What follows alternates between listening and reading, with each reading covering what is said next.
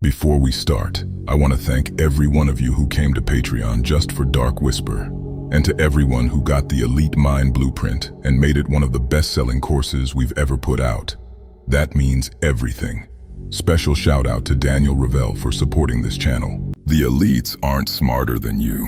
I know that sounds like something people say to make you feel better. It isn't. The research on this is actually pretty clear. The raw cognitive gap between someone who builds a billion-dollar operation and someone grinding away at a job they resent is almost nothing. Statistically nothing. So why does the gap in their lives look so enormous? Because intelligence was never the variable. It isn't now either. The real gap is what they know, not how sharp they are, but what specific knowledge they're operating with. How power actually moves, how money actually works, how decisions at the top of any system really get made, and maybe most importantly, what they believe about themselves and what's available to them. That knowledge gets passed down, not through institutions, through rooms, through families, through conversations that happen in private, between people who already have access and almost never get repeated outside that circle. What I'm about to go through isn't some grand revelation. That's the thing that gets me every time I think about it. None of this is complicated. There's no hidden vault. It was right there. In books nobody told you to read, in conversations you weren't in the room for, in a language you were never taught to speak. That changes right now. Assets versus income. The gap nobody explains. Here's the first thing. Most people think about money as income. How much came in this month? How much they earned? The whole relationship is a straight line. Trade time, get paid, spend it, go back and trade more time, round and round. Most people are born into that cycle and die inside it without ever stopping to ask if the cycle itself is the problem. The people at the top, they don't think about income. They think about assets, things that produce value while they're not doing anything. A stake in a business, a property that pays rent, something they created once that earns royalties, code running on a server. The question they're always asking, the one that most people genuinely never think to ask, is, what do I own that's growing without me? None of this is secret. Kiyosaki wrote it all out in plain language 25 years ago, and the book sold 32 million copies. 32 million people read it, felt something, maybe told a friend about it, then went back to work on Monday unchanged.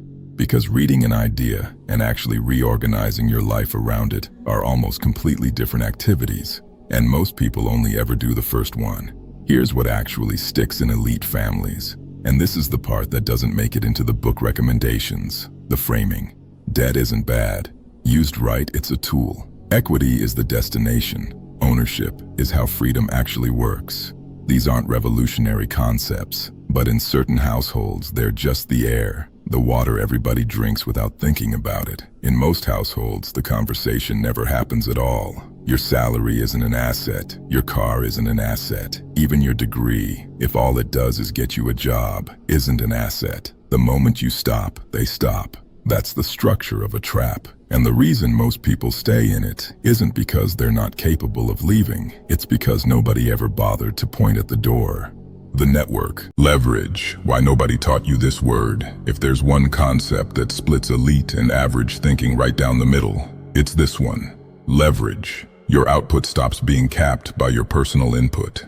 You multiply through capital, through other people doing things you'd otherwise do yourself, through systems running without you, through content reaching people while you're offline, through equity sitting somewhere, compounding for decades, doing nothing except growing. One good decision, made once, can ripple into thousands of outcomes.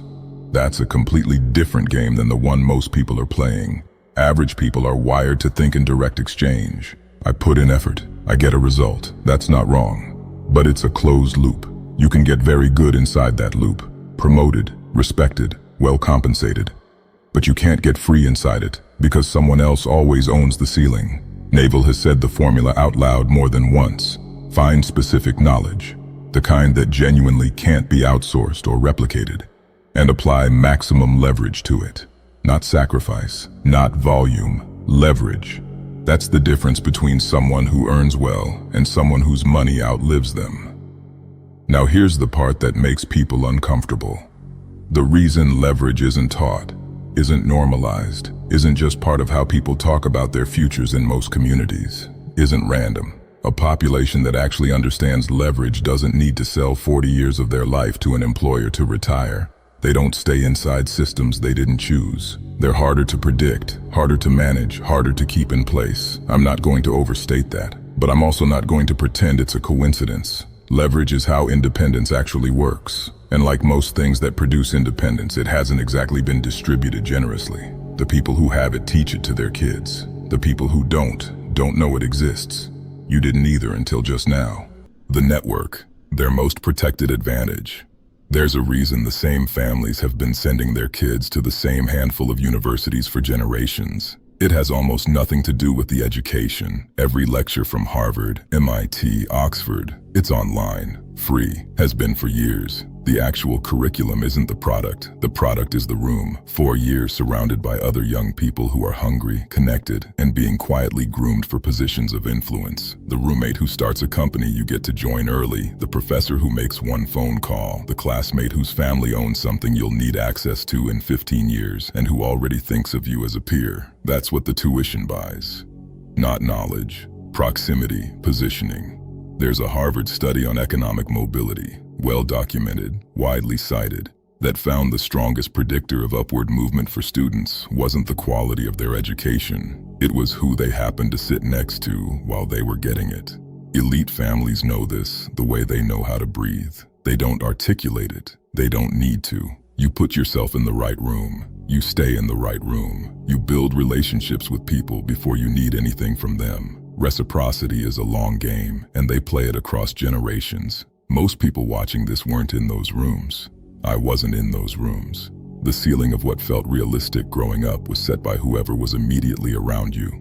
People who weren't failures, weren't doing anything wrong, but whose limits became your starting assumptions. Here's what's actually different right now, in a way that wasn't true 20 years ago. The gatekeepers lost control of access. The person whose thinking would genuinely change your trajectory is probably posting publicly right now, responding to people, speaking somewhere you could show up, writing something you could read and reply to. The old networks are still there, still closed, still doing what they do.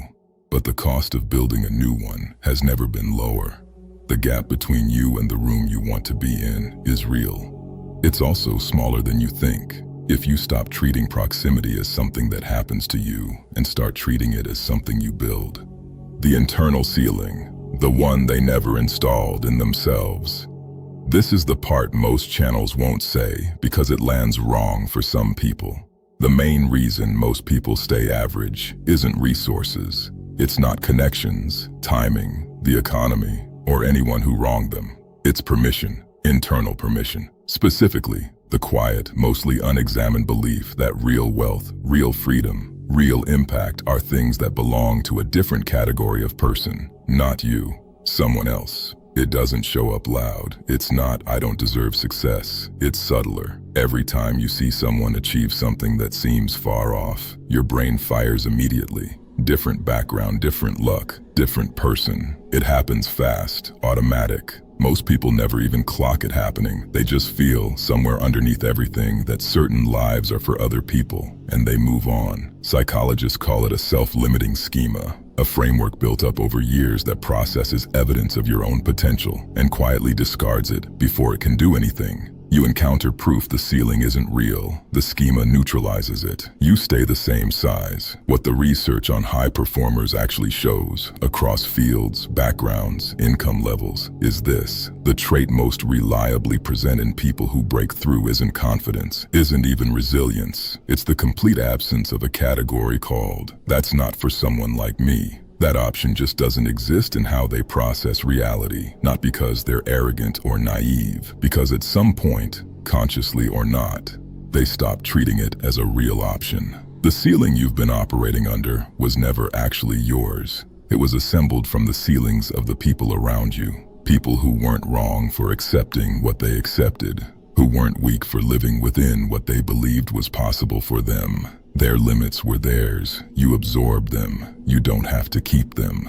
Deleting that category isn't a feeling. It's not a motivational spike that fades by Thursday. It's a decision, quiet, private. Nobody has to know you made it. The results show up later and announce themselves on your behalf.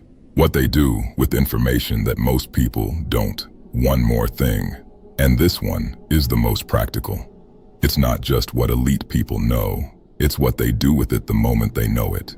Most people consume information passively.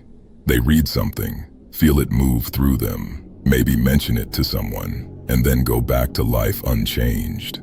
The idea enters and exits without leaving a mark. That's not stupidity. It's a deeply ingrained habit of treating knowledge as something to experience rather than something to use. People who actually change their trajectory treat information differently. Every significant idea they encounter, they immediately ask one question: where does this touch my actual life right now? They don't wait for the full picture. They don't wait for the right moment.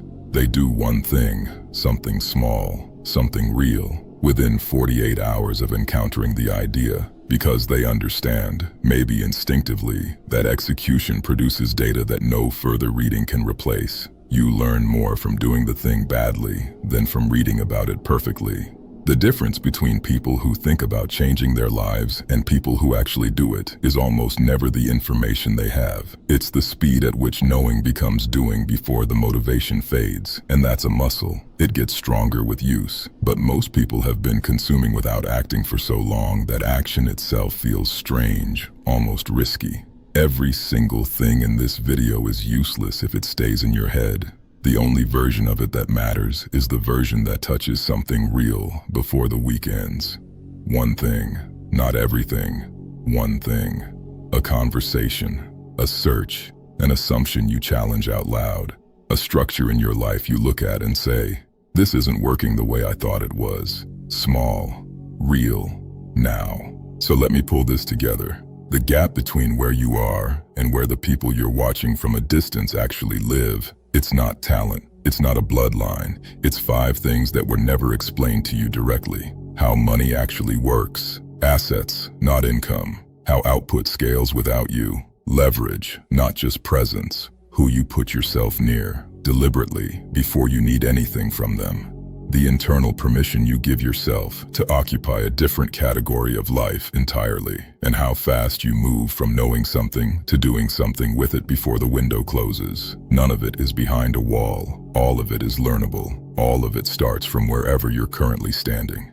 Not from better circumstances. Not from a different past. Not after something finally aligns.